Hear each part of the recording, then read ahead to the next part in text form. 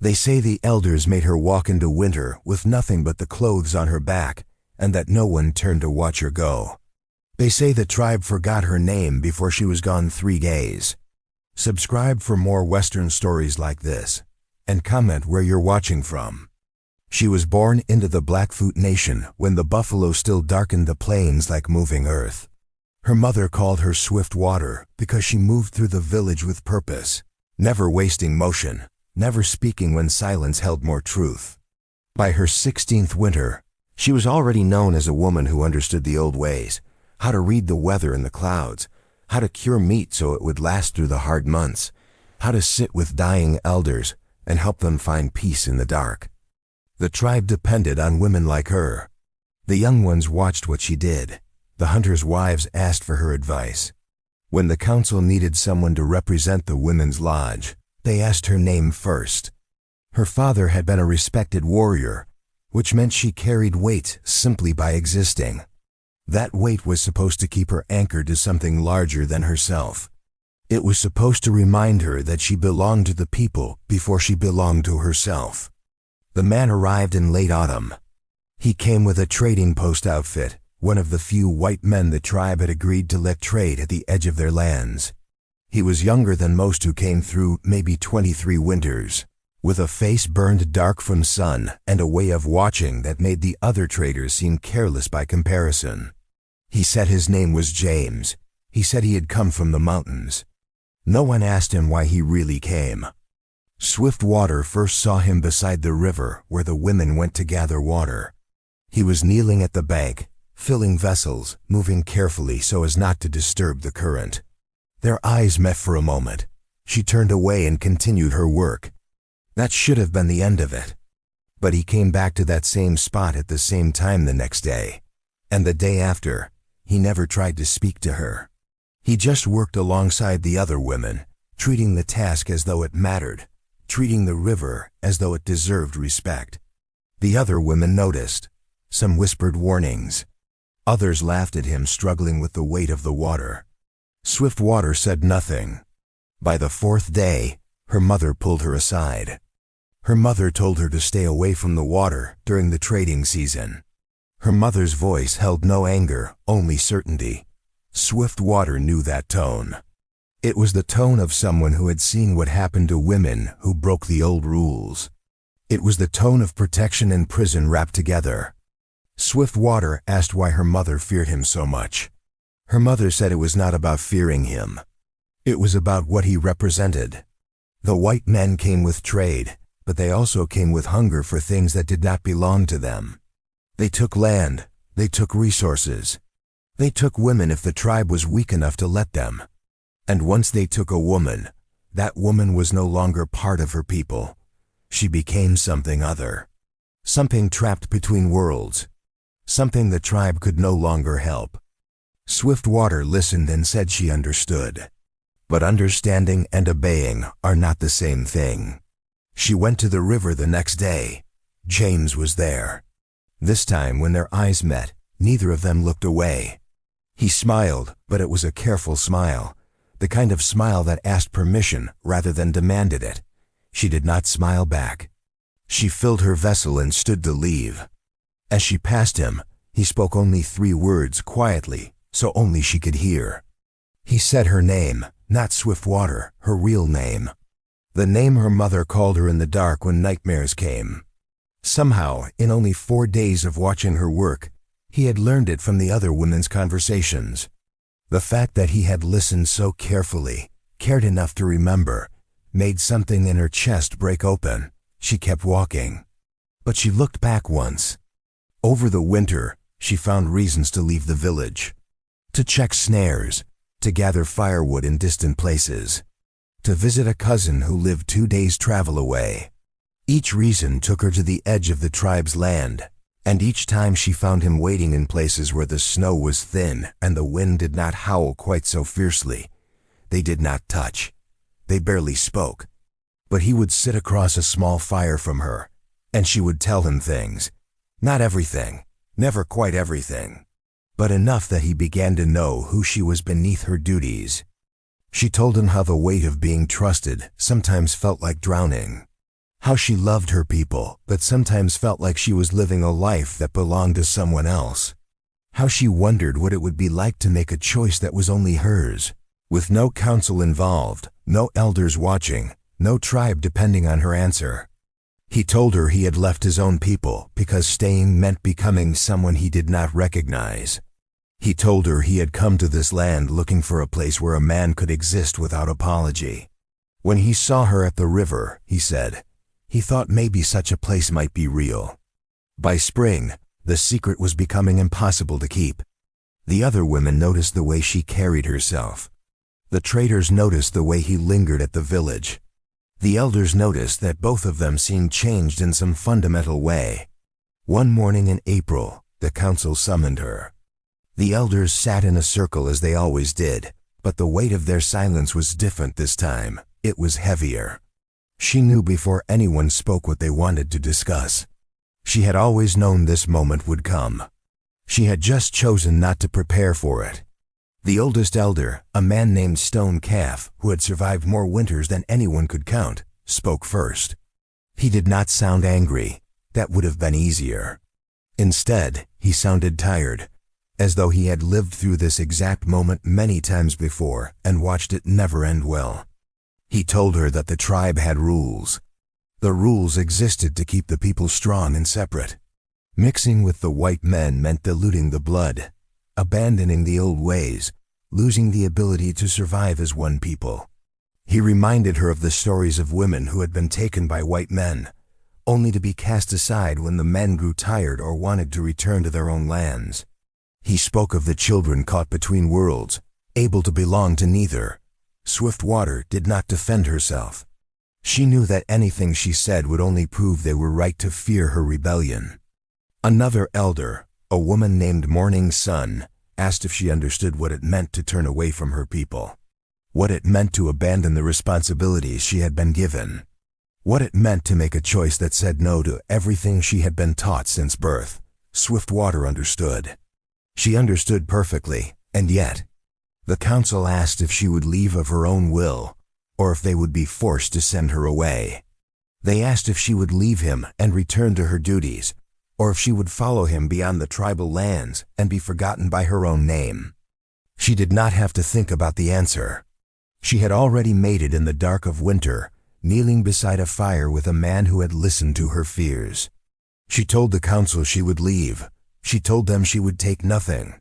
She told them that she understood they would speak her name no more. The decision was immediate, ceremonial, final. By evening, she had walked away from the village with only her clothes and a blanket. James was waiting at the edge of the prairie, holding supplies, holding space, holding steady while she fell apart. They walked north, toward the mountains, toward a future that existed nowhere on any map. The first hard mile was walked in silence. The second mile she wept. By the third mile, there was nothing left in her. She became someone else. Someone hollow. Someone walking, because walking was the only thing left to do. They traveled for 3 days before stopping. James found a small canyon where a spring ran clear from the rocks, and they made camp there. Swiftwater did not speak. She gathered wood. She filled water vessels.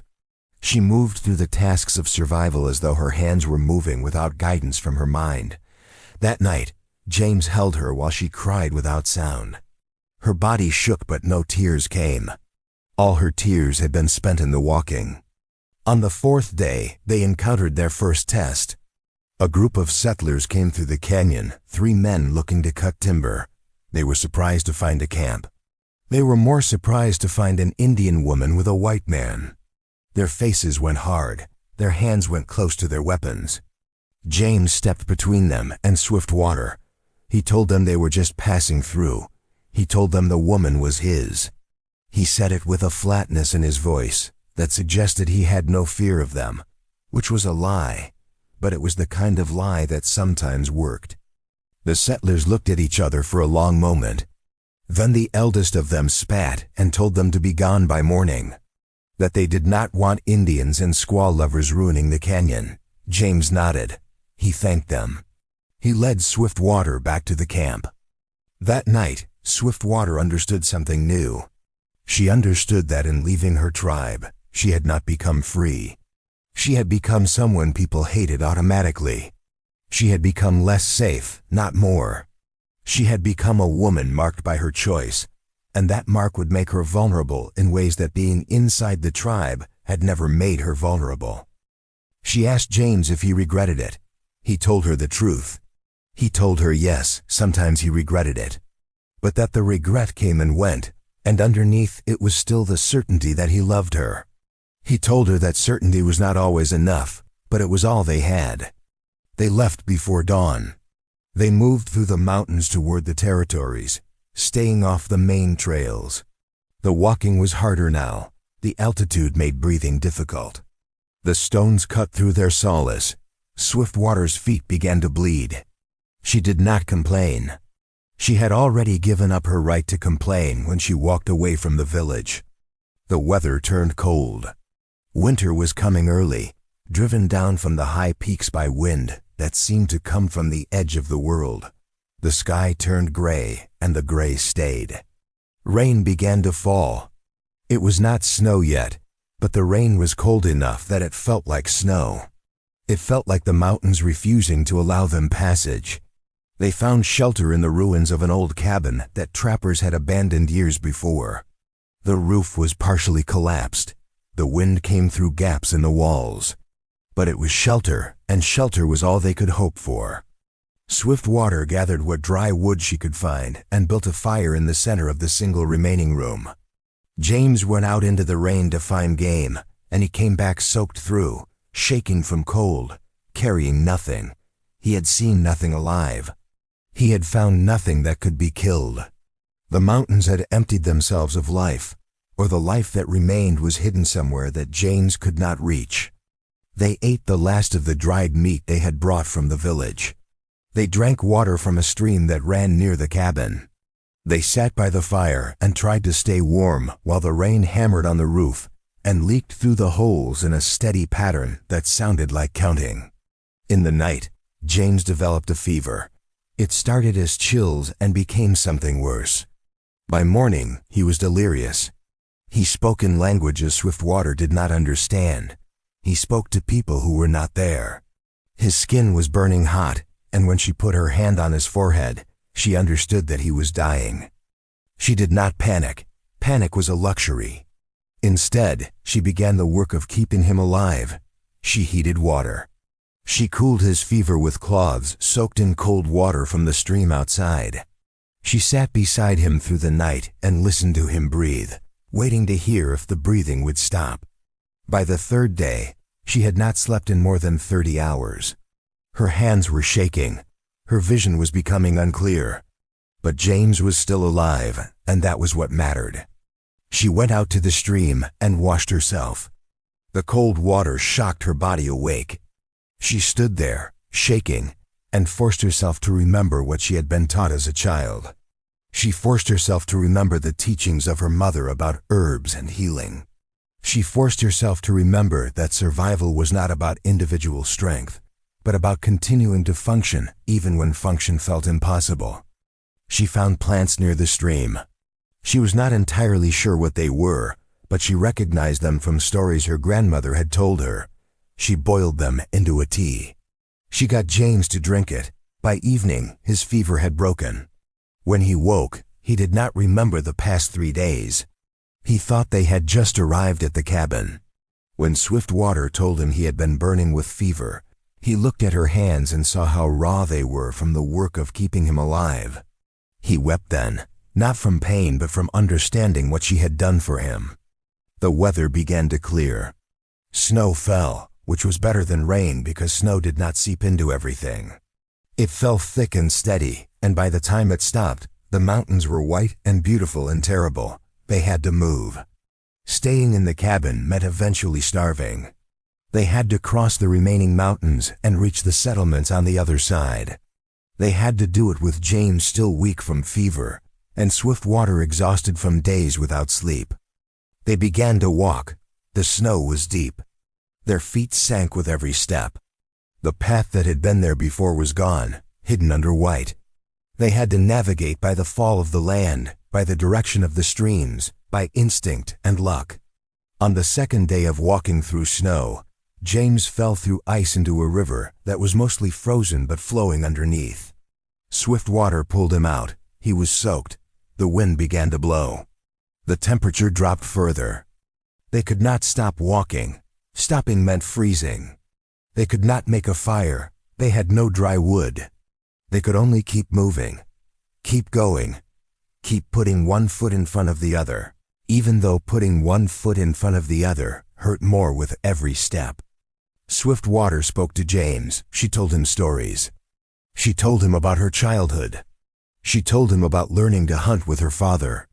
She told him about the first time she had helped someone give birth, and the terror and wonder of watching new life come into the world. She told him these things not because he needed to hear them, but because he needed to keep listening. She needed him to keep his mind engaged with sound rather than with the sound of the wind and the cold and the possibility of death. By nightfall, they had reached lower elevation. The snow was less deep. The air was slightly warmer. They found a place where the land created a small shelter from the wind, a rocky outcropping that blocked the worst of the weather. They huddled together there, wrapped in every piece of cloth they had, and they waited for dawn. When dawn came, they were still alive.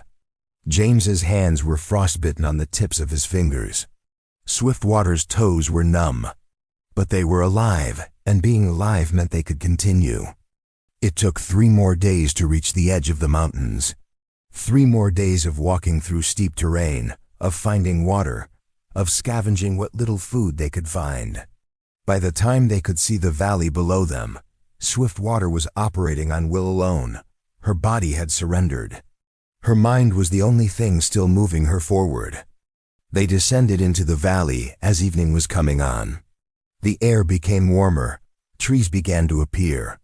The world became less hostile.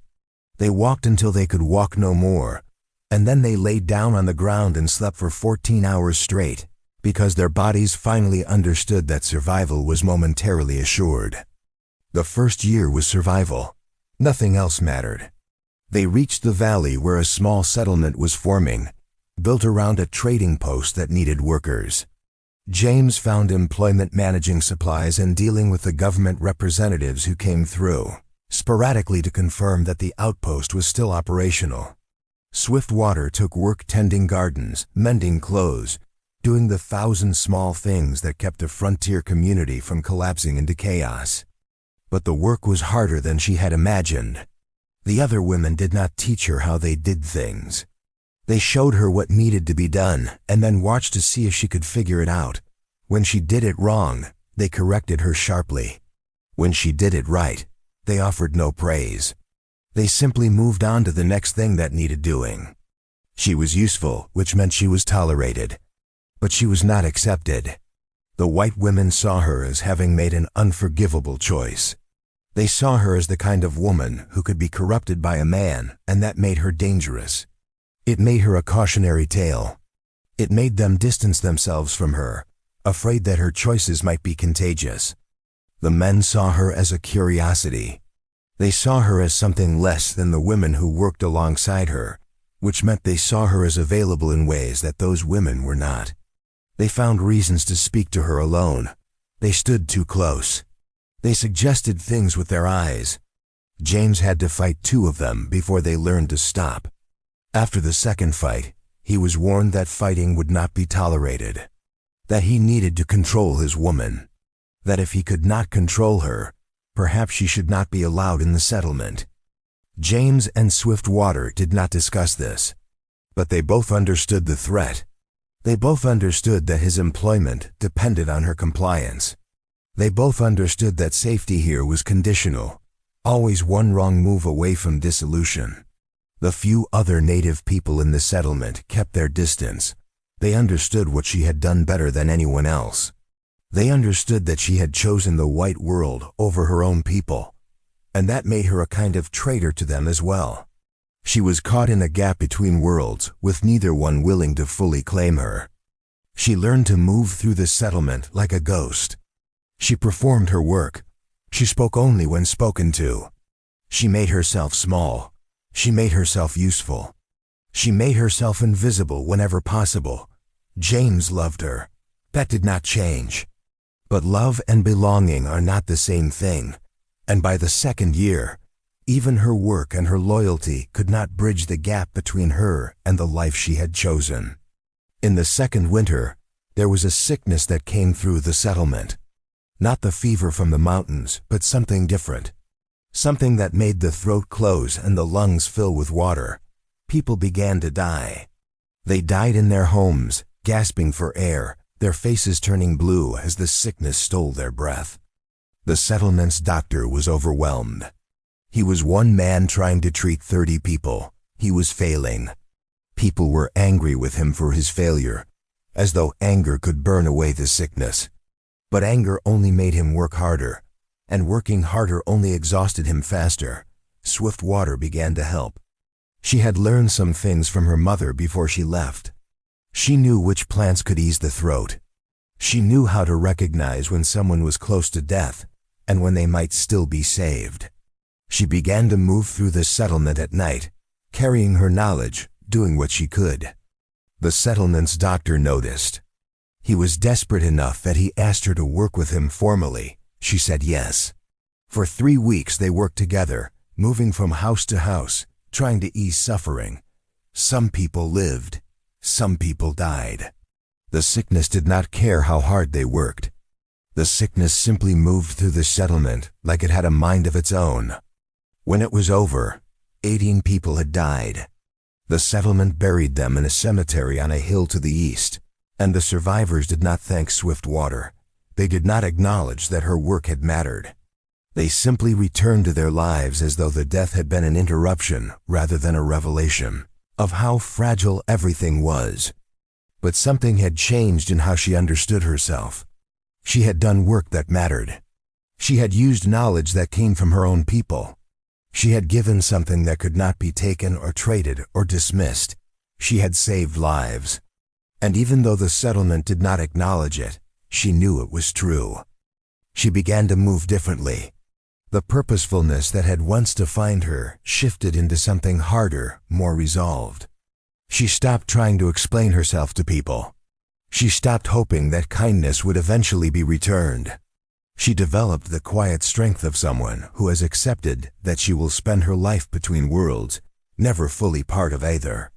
But she also developed something else, the understanding that work itself could be its own reward. That purpose could be found not in belonging but in being useful. That a person could live a meaningful life even if that life was not recognized by anyone around them. By the 3rd year, a daughter was born. The child came after a long labor that lasted nearly 2 days. Swiftwater almost died bringing her into the world. The settlement's doctor told her afterward that there had been a moment when he did not think she would survive. That he had prepared James for the possibility of losing her. That he had decided, at a point in the labor where death seemed certain, that he would have to choose between saving the mother and saving the child. That he had prepared himself to make that choice, and that the choice would be one that haunted him for the rest of his life, regardless of which way he chose. Swiftwater had been unconscious for this revelation. She did not know that she had been so close to dying. She did not know that James had spent 18 hours believing that the woman he loved was being stolen from him by the act of bringing new life into the world. When she woke from the fever that followed birth, she saw James holding a tiny child with Swiftwater's dark hair and James's pale eyes. He was crying. He told her that their daughter had been born at dawn, as the sun was coming up. He told her that he had never seen anything so beautiful in his life. He told her that he had thought he was going to lose her. Swiftwater held her daughter and held James, and she understood that the exile had brought her to this moment.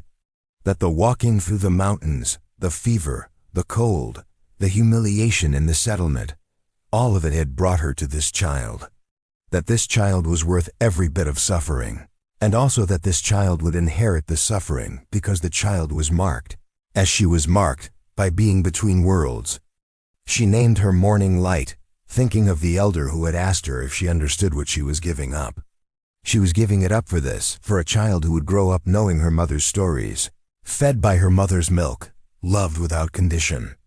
The settlement women treated the child differently than they treated her mother. The child was a bridge. The child was something that belonged to the settlement, even if her mother did not. They would offer to hold the baby. They would smile at her. They would speak to her in the soft tones reserved for innocence, but they would not meet Swiftwater's eyes. They would not acknowledge the woman who had given birth to the bridge. Swiftwater did not expect more. She had learned that expectations were a luxury she could not afford. James found work farther out, in the territories where the frontier was still being drawn. He would be gone for months at a time, managing supply routes, negotiating with tribes, doing the work that men did when the rules were still being written. He would negotiate with the Blackfoot for hunting rights.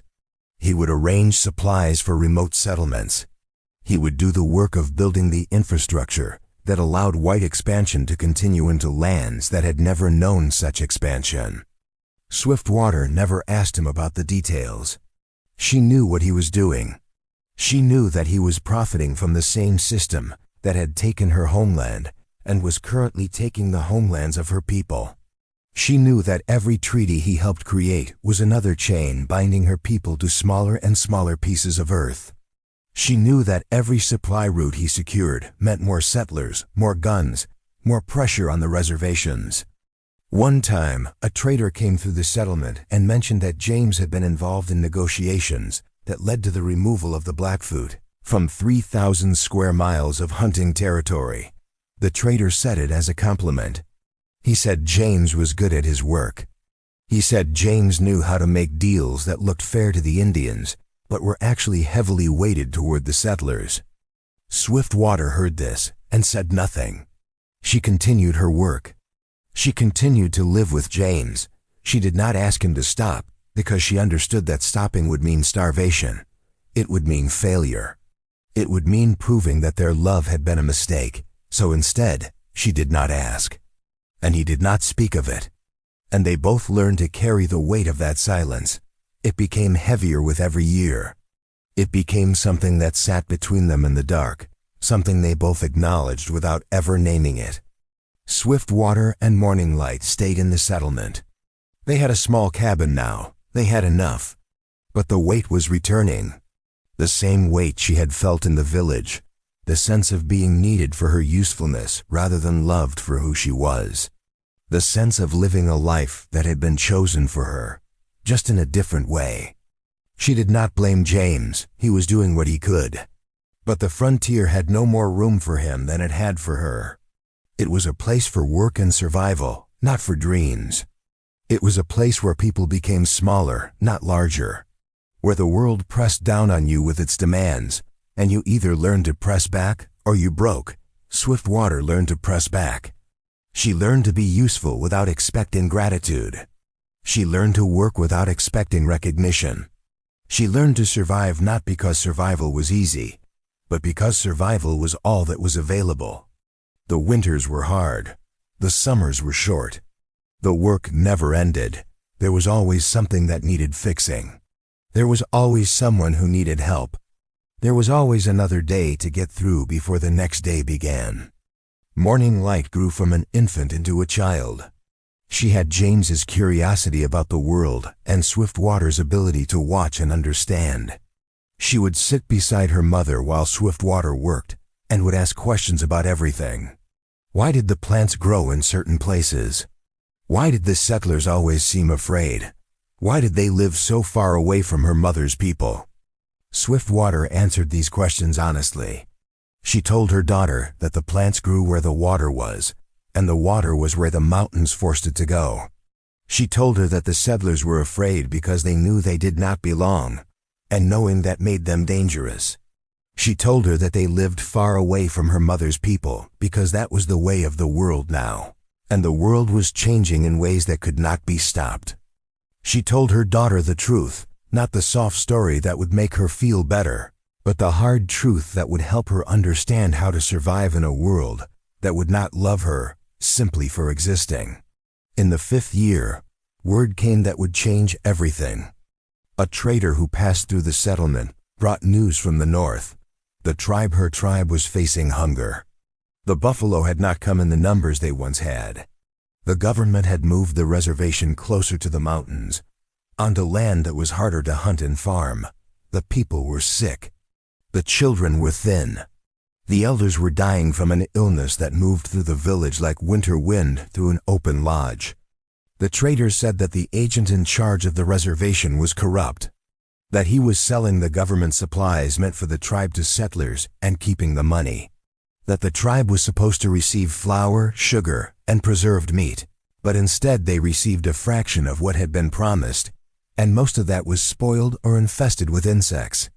The trader said that 3 children had died in the past month from starvation, that an old man had frozen to death because the tribe did not have enough blankets, that the people were beginning to move away from the reservation, which meant the government was threatening to withhold supplies entirely unless they returned. He said that the medicine supplies were nearly gone, that a fever had started moving through the village, and people did not have the herbs to treat it. He said that one of the elders, a woman named Morning Sun, was asking if anyone had heard from Swiftwater, if she was still alive, if she would come back. Swiftwater heard this news and felt something old wake up inside her, something that had been sleeping but never dead. It was the voice of her people. It was the voice of a woman she had loved and respected, calling her name from across the distance. She asked the trader for more information. He gave her what he knew, which was not much. He said the tribe was asking for help from nearby settlements, but no one was inclined to give it. The government had told the settlements that helping the tribe would be seen as working against government policy. He said that some people in the settlements wanted to help, but they were afraid of the consequences. He said the tribe was asking if anyone had heard from Swiftwater, if she was still alive, if she would come back. He said the elders spoke her real name when they thought no one was listening. He said Stone Calf had spoken it. She looked at Morning Light playing with a wooden doll in the corner of the cabin, and she felt the pull of her old life like a rope around her throat. She felt it pulling her in 2 different directions at once, toward the child who needed her, and toward the people who were starving. That night, she did not sleep. She sat by the fire and held the memory of what she had abandoned. She held the memory of her mother's face the last time she had seen it, turned away because Swiftwater had chosen love over duty. She held the memory of the village in autumn, when the food was stored and the people were healthy, and everything seemed as though it would go on forever in the same way. She understood that it would not go on that way. Nothing went on the same way. Everything changed, and most of the time the change was toward suffering, not away from it. She understood that Morning Sun was dying, and that Morning Sun was the closest thing she had left to a mother in that village. That she would never see Morning Sun's face again unless she went back. That she would spend the rest of her life knowing that she had chosen not to see it. In the morning, she told James that they needed to go north, that her people needed help, that she needed to help them. She did not phrase it as a request. She stated it as fact. James did not hesitate. He did not ask questions. He did not suggest that there were reasons to stay. He simply nodded and began to prepare for the journey. He understood what she was asking. He understood that she was asking him to go back to the place that had rejected her, to stand beside a woman they had exiled, to risk being seen as a traitor to his own kind. He understood that going north might mean being attacked. It might mean being driven away. It might mean watching Swiftwater suffer rejection all over again. But he also understood something else. He understood that this was the moment he had been waiting for since the day he had sat beside the river and watched her work. He understood that he had been with her so that she would have the strength to do this. He understood that his role was not to keep her for himself, but to hold her steady until she was ready to return to her people. He said yes without hesitation. That was the moment Swiftwater knew she truly loved him, because she finally understood what he had been doing all along. He had been waiting for her to remember who she was. He had been holding space for her to make her own choice, even if that choice was to leave him behind. He had been preparing for this journey since the first day, He had sat beside the river and watched her work. They traveled north with supplies they had gathered and money they had saved. Swiftwater took items from her cabin, a blanket her mother had woven, a medicine bundle her grandmother had given her before she died, a small stone that had been in her father's hand when he died in battle. These things were sacred. These things were pieces of who she had been before the exile. She had kept them hidden for 5 years, afraid to acknowledge them, afraid that having them meant she had never truly left. It took weeks to travel north. The journey was hard. Morning Light complained about the long days and the hard ground. Her small legs became tired. She cried when she was exhausted. She asked when they would arrive at the place her mother kept talking about. James navigated using landmarks and the help of other traders he encountered along the way. He spoke quietly with these men, gathering information about the situation at the reservation, learning what threats might wait for them. He was preparing for war, even though the war would not be fought with weapons. He was gathering information about the corruption. He was making connections. He was preparing to use the tools of the white world to fight against the white world's own systems. Swiftwater grew quieter as they drew closer, as though she was pulling herself back together into a form that could survive returning to her people. She began to remember the old languages. She began to move differently. She straightened her spine. She lifted her chin. She stopped looking like a frontier woman and began to look like a woman from the land itself. Morning Light asked her mother why she was changing. Swiftwater told her daughter that they were going home. That home was a place where her mother's heart lived. That her mother had been broken, and now her mother was going home to be healed. The child did not fully understand, but she was old enough to understand that something important was happening. She began to watch her mother more carefully. She began to ask fewer questions. She began to prepare herself in the way that children do for transformation. When they reached the edge of the tribal lands, James and Morning Light stopped. James told Swiftwater that this was where he needed to stay. He said that his presence in the village would only complicate things. He said that she needed to go in alone, so that her people could see that she had come back on her own terms, not because a white man had brought her. He told her that he would wait at the edge of the territory for as long as it took. He told her that if she needed him, she knew how to find him. He told her that he would use the time to begin the work of gathering information about the corruption, of making calls, of preparing the ground for what needed to happen next. He told her that Morning Light could choose whether to come with her or stay with him. He told her that this was the child's first real choice, and the child deserved to make it. Morning Light looked at her mother and then at her father. Then she walked toward her mother.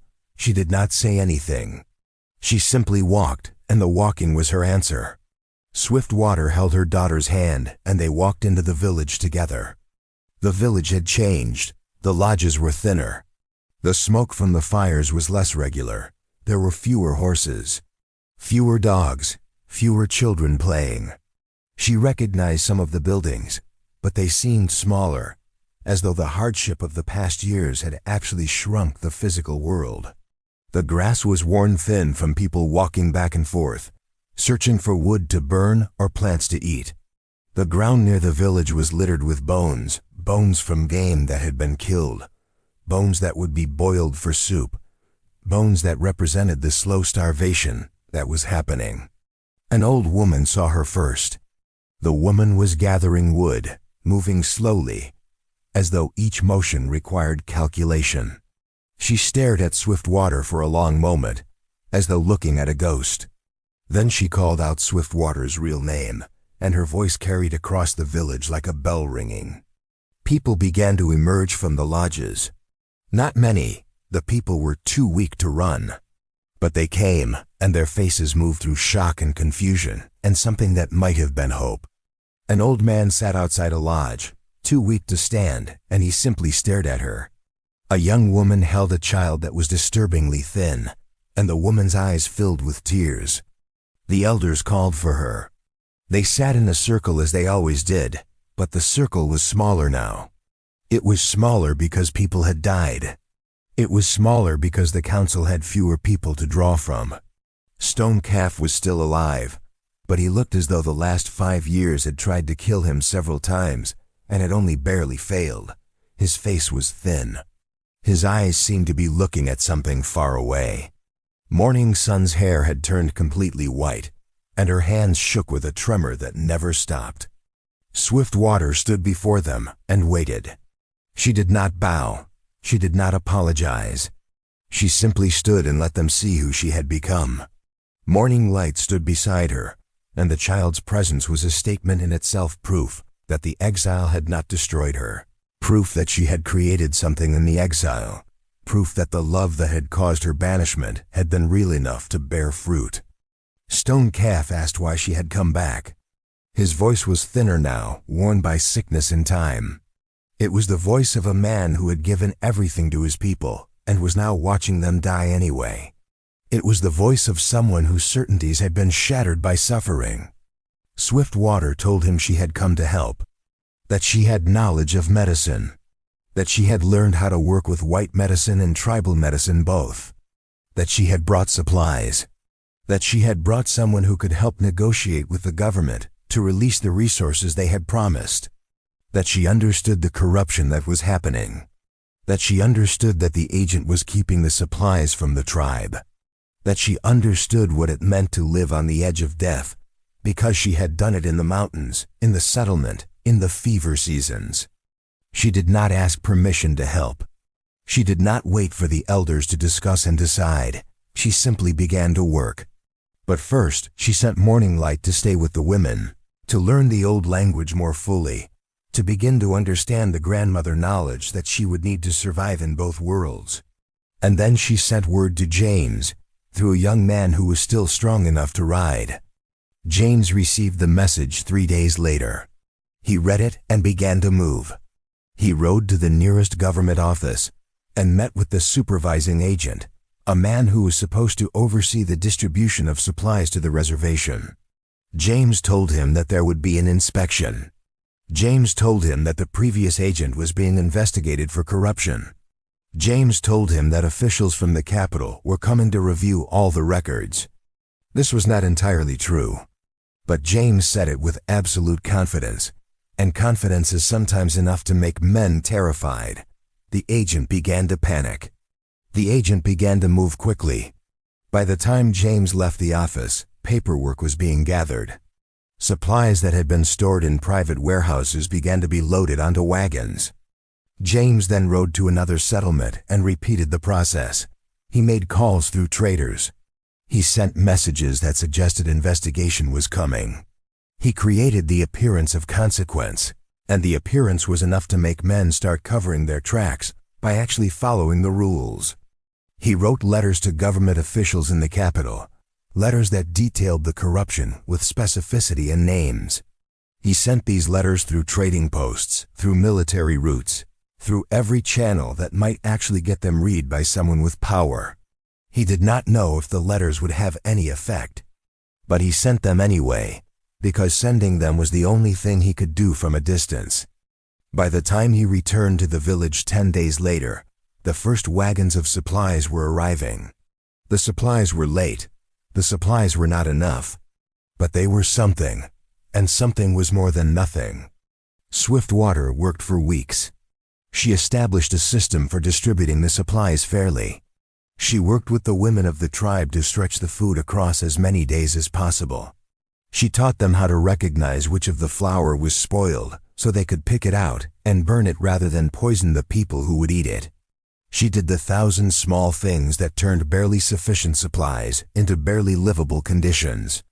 The illness was something the traders had brought, a fever that moved through the body and sometimes burned out before it killed, but sometimes did not. Swiftwater had seen it in the settlement.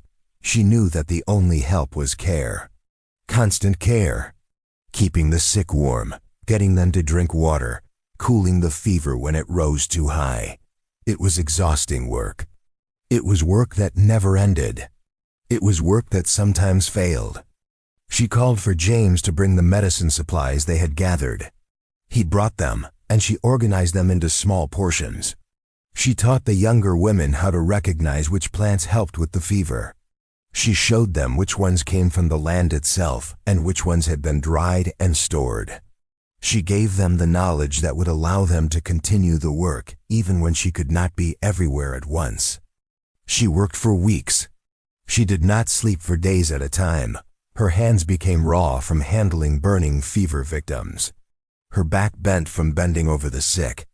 Her mind began to separate from her body, to observe herself working rather than experience the work directly.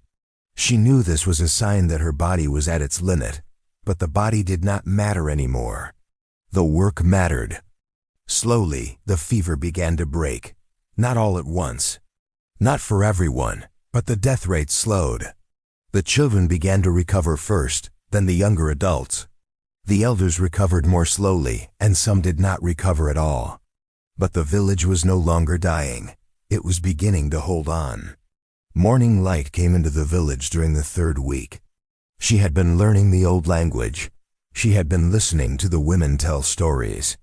She had been watching her mother work, and she understood at a level that a child should not have to understand that work and love were the same thing. When Morning Light saw her mother, the child was transformed. She was no longer the frontier child. She was becoming a tribal child. She was becoming something that belonged to both worlds, but was learning to favor one. Swift Water held her daughter and told her that she was doing something that mattered. She told her that sometimes doing something that mattered meant not being able to do other things. She told her that this was the truth of her mother's life, and probably the truth of the child's life too, because the child was her daughter. Morning Light was 5 years old. She was too young to understand sacrifice, but she was old enough to understand that her mother was different here. That in the village, her mother was not caught between worlds. In the village, her mother was fully herself in a way she had never been in the settlement. The child began to help her mother with small tasks. She began to become part of the work. She began to become part of the village. And Swiftwater watched this happen and felt something break open in her chest. Not joy exactly, but recognition. Recognition that her daughter might have a choice that she herself had never had. That her daughter might belong to both worlds in a way that was stronger than belonging to neither. One night, as Swiftwater was tending to an old woman who had been very close to death and was now beginning to stabilize, Stone Calf came and sat across the lodge from her. He watched her work for a long time before he spoke. She did not stop working. She continued to cool the old woman's fever with cloths soaked in cool water. She continued to help her drink. She continued to move through the motions of care that were becoming automatic now, that had been repeated so many times that her body understood them better than her mind did. Finally, Stone Calf spoke.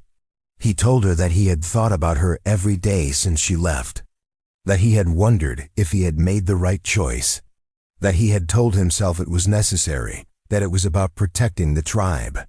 But watching his people die, watching children become orphans, watching the future of the nation shrink smaller with every passing season, he had begun to understand that sometimes the rules that protect a people can also destroy them if they are held too tightly. He told her that he had been wrong. He told her that the banishment had been wrong. He told her that she should never have had to choose between her people and her love. He asked her forgiveness. He asked her to come back to the tribe. He asked her to teach the young ones what she had learned. He asked her to help lead when the council needed her guidance. Swiftwater continued her work as he spoke. When he finished, she looked at him and said something that had the weight of truth earned through suffering. She told him she had already forgiven him. That forgiveness had not come from love, but from understanding. She told him that he had done what he thought was right for the people. She told him that his mistake had not killed her, though it had nearly killed her people. She told him that she had made her own choice, and that choice had changed her in ways that could never be undone. She told him that she would help now because her people were suffering, and that was reason enough. But she told him that she could never come back in the way she had left. She said that part of her would always live in the valley to the south. That part of her would always be the woman who chose love over duty, and that choice had made her unable to ever choose duty the same way again. That she would give everything to help her people, but she would not give up her own identity. She would not pretend that the exile had not happened. She would not erase the choice she had made. She told Stone Calf that if the tribe could accept her on those terms, then she would stay and help for as long as she was needed. But if the tribe needed her to deny who she had become, then she would leave again, and the tribe would have to find another way to survive. Stone Calf sat with this for a long time, then he nodded. He told her that the tribe had learned through suffering that survival sometimes required accepting things that could not be fully understood. He told her that the tribe could accept her on whatever terms she offered, because the tribe could no longer afford pride. And that night, something shifted in how the tribe saw her. She was no longer the exiled woman. She was no longer the traitor. She was something more complicated and harder to name. She was necessary. She was strong. She was changed but useful. She was proof that sometimes the things that destroy you also remake you into something the people need. The supply negotiations took longer than the initial shipment. James had to work through 3 different government agents, had to push through bureaucratic slowness, had to use connections he had built in his years of frontier work.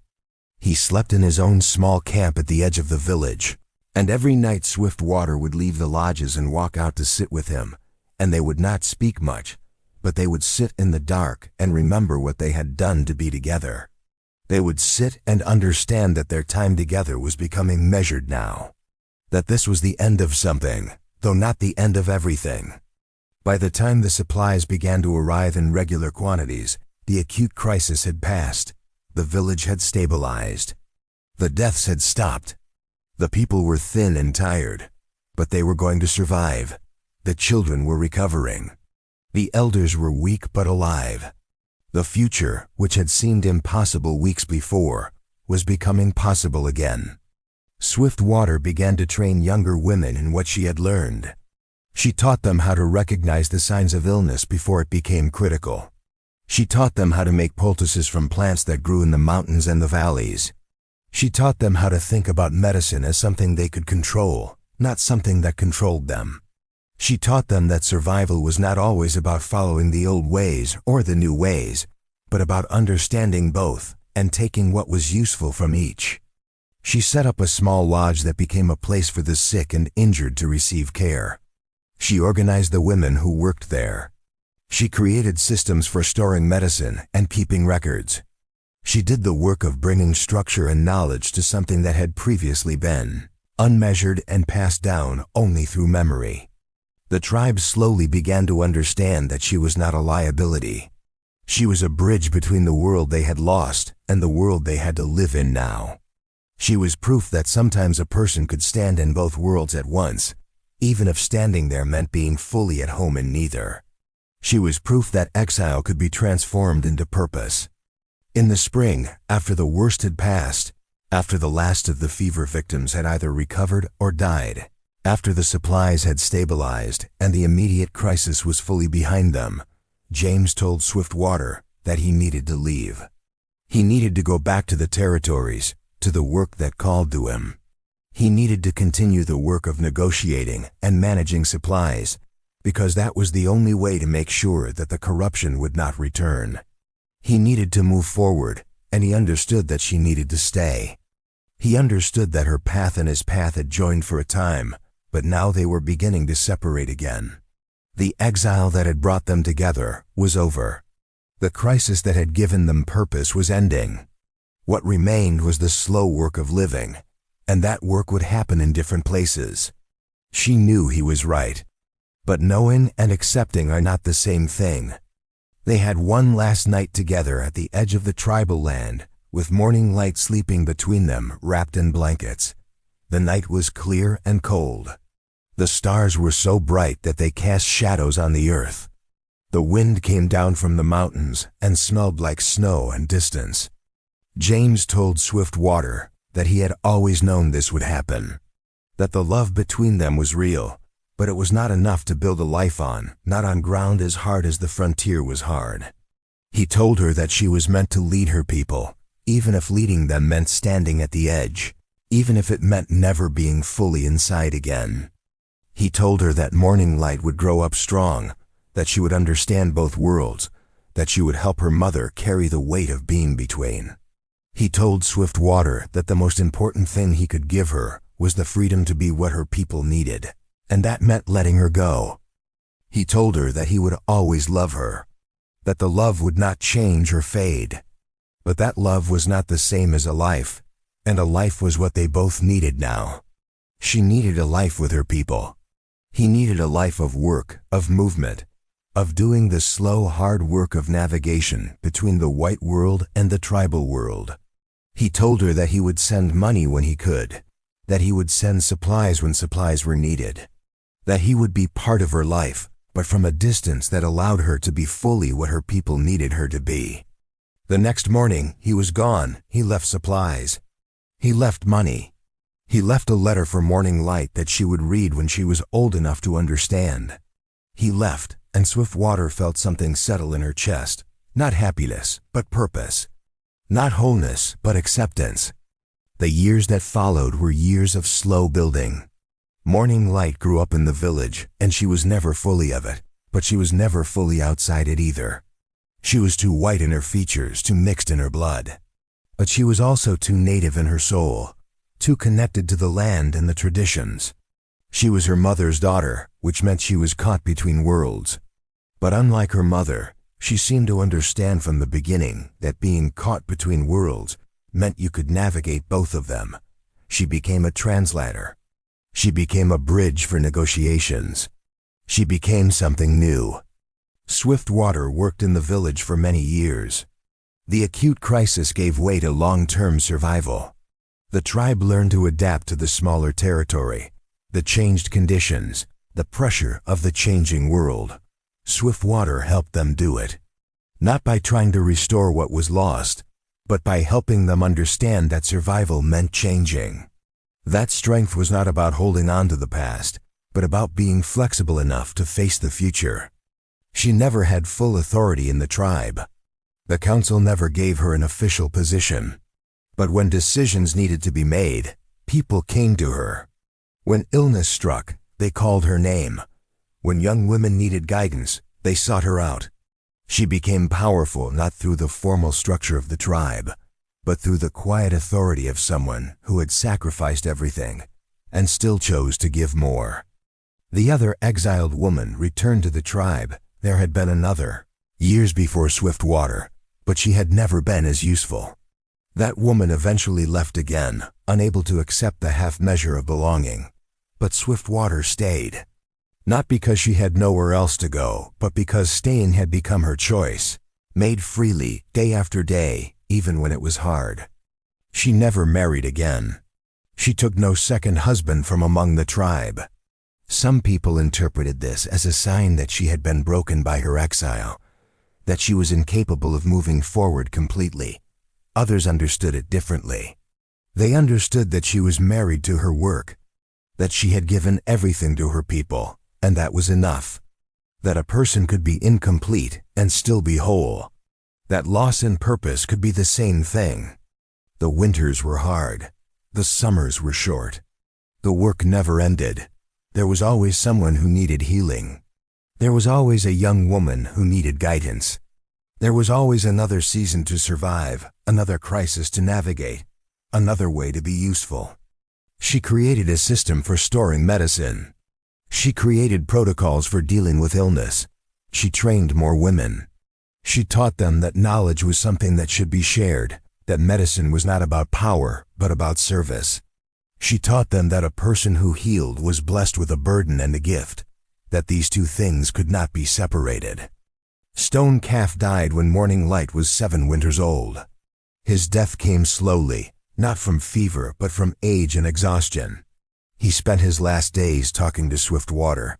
He told her that he was grateful, that he had carried the weight of his exile decision like a stone in his chest for years, and that watching her come back and help her people, watching her transform loss into service, had finally helped him put that stone down. He told her that the greatest mistake of his life might have been exiling her, But the greatest redemption of his life was that she came back anyway. That she came back and chose to help. That she taught the tribe that sometimes the people we push away are the people we end up needing most. Swiftwater held his hand and did not disagree. She held his hand as he moved toward the other side, and she did the work of easing his passage, just as she had eased the passage of so many others. And when he was gone, she wept for the first time since leaving the village. She wept for the man who had exiled her, who had been wrong, who had been human, who had learned through suffering. Morning Sun lived longer. She lived to see her grandson James and Swiftwater's son, who was born 3 years after Swiftwater returned. A child who was fully tribal, but who carried white blood, who would grow up understanding both sides of his heritage without shame. Morning Sun taught Swiftwater's children the old stories. She taught them the tribal language. She taught them that love between people of different nations was not forbidden by the earth or the sky, only by fearful people. She taught them that the fear could be overcome by love that was strong enough and pure enough. When Morning Sun finally died, she was very old. She was almost 90 winters. She died in her sleep, and when they found her, she was smiling. Swiftwater dressed her body for burial. She sang the old songs. She understood that with Morning Sun's death, an era was ending, that a generation of elders was passing, that new people would need to step into leadership, and those new people would be different from the old ones because the world had changed, and they had been forged by change rather than by continuity. The years passed. The tribe faced new crises. Drought came, then flood. The government changed the borders again. More settlers arrived and took more land. Wars broke out in distant places that still echoed in the territories. Through all of it, Swiftwater worked, not as a leader in the formal sense, but as someone the people depended on. Someone they had learned to trust. Someone who had proven that loyalty could be rebuilt even after betrayal. She grew old. Her hands began to shake. Her back bent from decades of work. The younger women who had learned from her began to teach others, the knowledge passed down. The bridge that she had built between old ways and new ways became a normal part of how the tribe survived. Morning Light became a woman, and then a leader in her own right. She had inherited her mother's calm and her father's ability to move between worlds. She negotiated with government agents. She advocated for her people.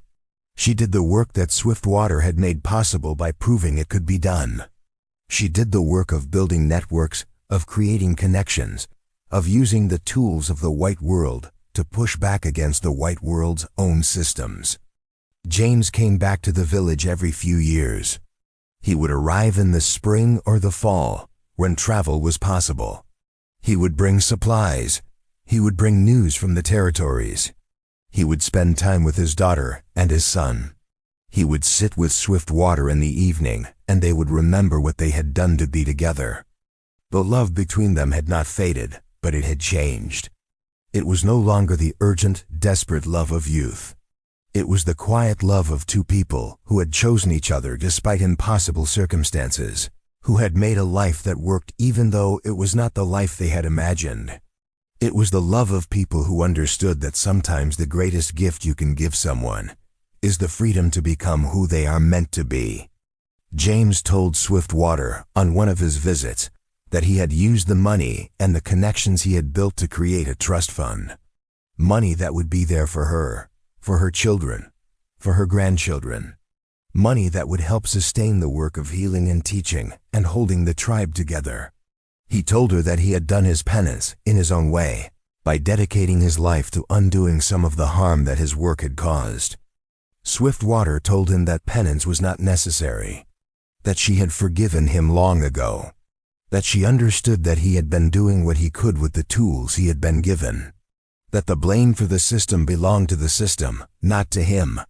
But she accepted the money. She accepted the trust. She used it to build a larger healing lodge. She used it to buy medicine and supplies. She used it to create a school where tribal children could learn both old ways and new ways. She used it to help her people survive in a world that was changing too fast for survival to be easy. In her 70th year, a young woman came to Swiftwater with a question.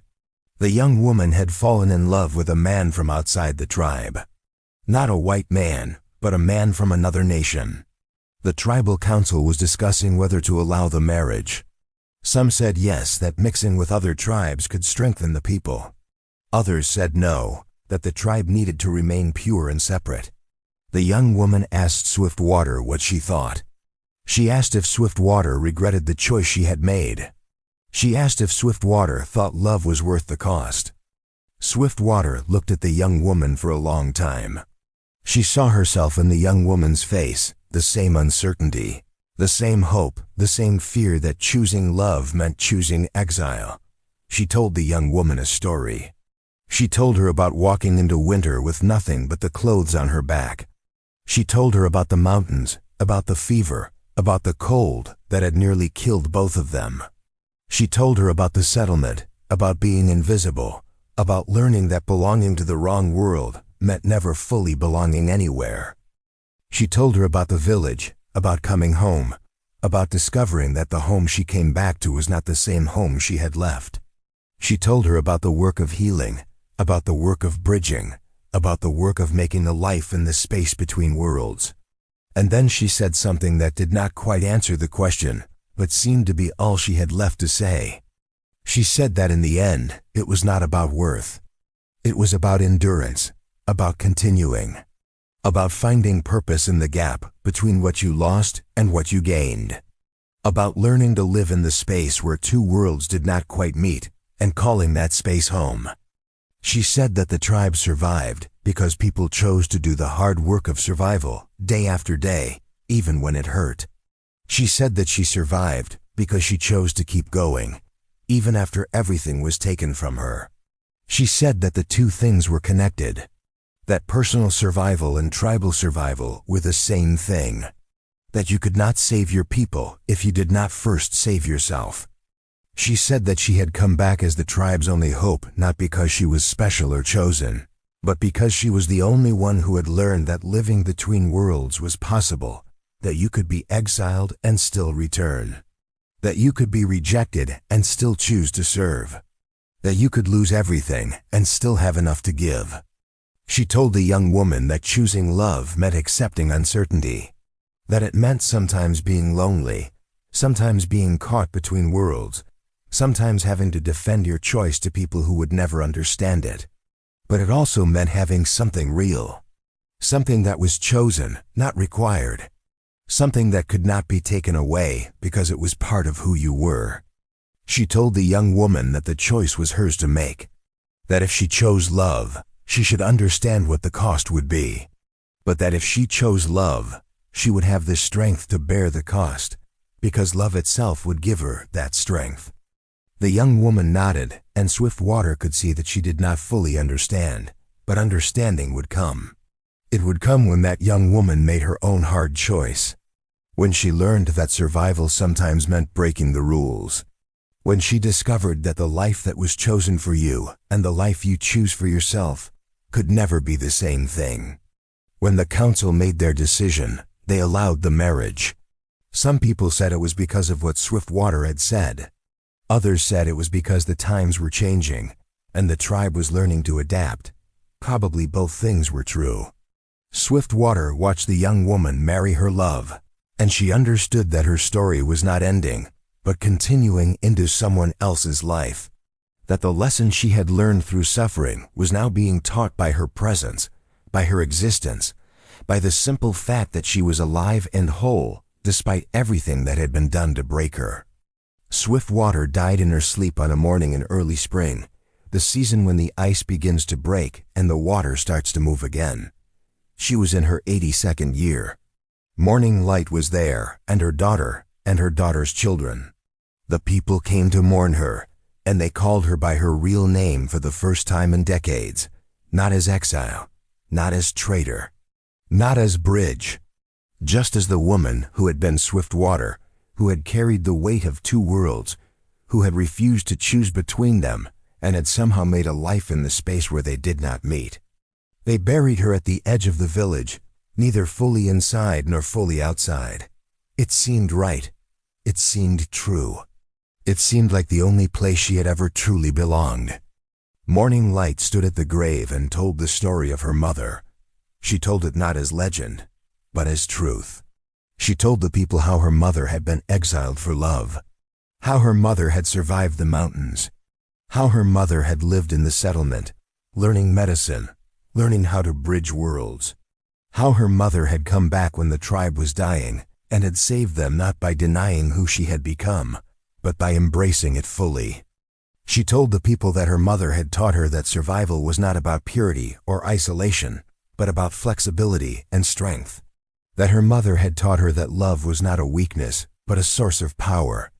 That her mother had taught her that you could be torn apart by impossible circumstances and still be whole. She told the people that her mother had done something that should not have been possible. She had lived in exile and returned in honor. She had been rejected and became necessary. She had lost everything and still had enough to give. She told the people that her mother was the only hope the tribe had in its darkest hour, not because the tribe had chosen her, but because she had chosen the tribe. Because she had walked away from everything she had built to come back to everything she had lost. She told the people that her mother's life was a proof of something that people needed to know, that even the hardest choices, even the choices that destroy you, can be transformed into something that serves others. That even the greatest pain can be alchemized into purpose. She told the people that her mother would live on not just in memory, but in the work she had started. In the healing lodge, in the young women she had trained, in the children who were being taught that you could walk in two worlds, in the protocols for medicine, in the systems for survival, in all the structures that she had built, brick by brick, day by day, year after year. When Morning Light finished speaking, the people began to sing. It was an old song, the song that was sung for those who had crossed over. But as they sang, the words seemed to change meaning. The song became not a song of death, but a song of transformation. A song of a woman who had been broken and had put herself back together. A song of a woman who had made a choice and had lived with that choice for the rest of her life. James came to the funeral. He was an old man now, his face lined with years of frontier work, his hands weathered by negotiation and survival. He stood at the grave and wept without shame. He understood that he was weeping not just for the death of the woman he had loved, but for the end of an era. For the end of the great love that had shaped both of their lives. For the end of a story that had begun at a river and had ended at the edge of a village. When the ceremony was over, he walked away from the grave slowly. He would return to the territories. He would continue the work. He would live out his remaining years doing what he could to help, understanding that what he could do was always insufficient, but always necessary. He would remember Swiftwater. He would remember the woman she had been and the woman she had become. He would remember that she had chosen him, and that she had also chosen to leave him, and that both choices had been acts of love. In the years that followed, the story of Swiftwater began to change. It began to grow in the telling. Some people said she had been a medicine woman who had saved the tribe from plague. Some people said she had negotiated directly with the government to secure the supplies. Some people said she had never left the tribe at all, that the exile was a test, a vision, something that happened in the spirit world rather than in the physical world. Morning Light did not correct these stories. She understood that stories change in the telling, and that sometimes the changed version serves a purpose that the truth could not serve. She understood that Swiftwater had become a legend, and that legends serve people in ways that simple history never could. But she also made sure that the true story was kept alive, that there were young women who knew that their ancestor had fallen in love with a white man, that she had been exiled for that love, that she had survived the frontier and had come back, that she had chosen service not because it was easy, but because it was necessary, that she had lived a life that no one would have predicted, that defied expectation, that proved that a human being could survive almost anything if they had a purpose to guide them. She told the story to her own children. She told them that their mother, their great-grandmother, had been someone who chose, That she had not been a victim of circumstances, though circumstances had been terrible. That she had walked into exile with her head held high, and she had come back the same way. She told them that they inherited something from her. Not just blood, though that mattered. Not just the knowledge she had gathered, though that mattered too. But something harder to name. A way of standing in two worlds at once. A way of finding purpose even when purpose seemed impossible. A way of understanding that love and duty are not opposites, but sometimes the same thing if you love deeply enough. The generations passed. Swiftwater's great-grandchildren grew up. Some of them stayed in the tribe. Some of them left for the cities and the territories. Some of them married into other nations and carried the story forward into new communities. The story spread, changed, evolved, but the core of it remained. A woman had been exiled for love, had survived the frontier, had come back and saved her people. In the time before she died, Swiftwater had sat with Morning Light and told her something that had never been written down, that had never been part of the official story. She told her daughter that she had never regretted the choice. Not once. Not in the darkest moments when she thought she would freeze in the mountains. Not in the settlement when she was invisible and disrespected. Not in the moments when she was unsure if she should stay with James or return to her people. She told her daughter that the choice had broken her and remade her. That the exile had turned her into someone stronger, someone more useful, someone capable of things she would never have been capable of if she had stayed in the safety of the village. She told her daughter that love, real love, was worth whatever price it demanded.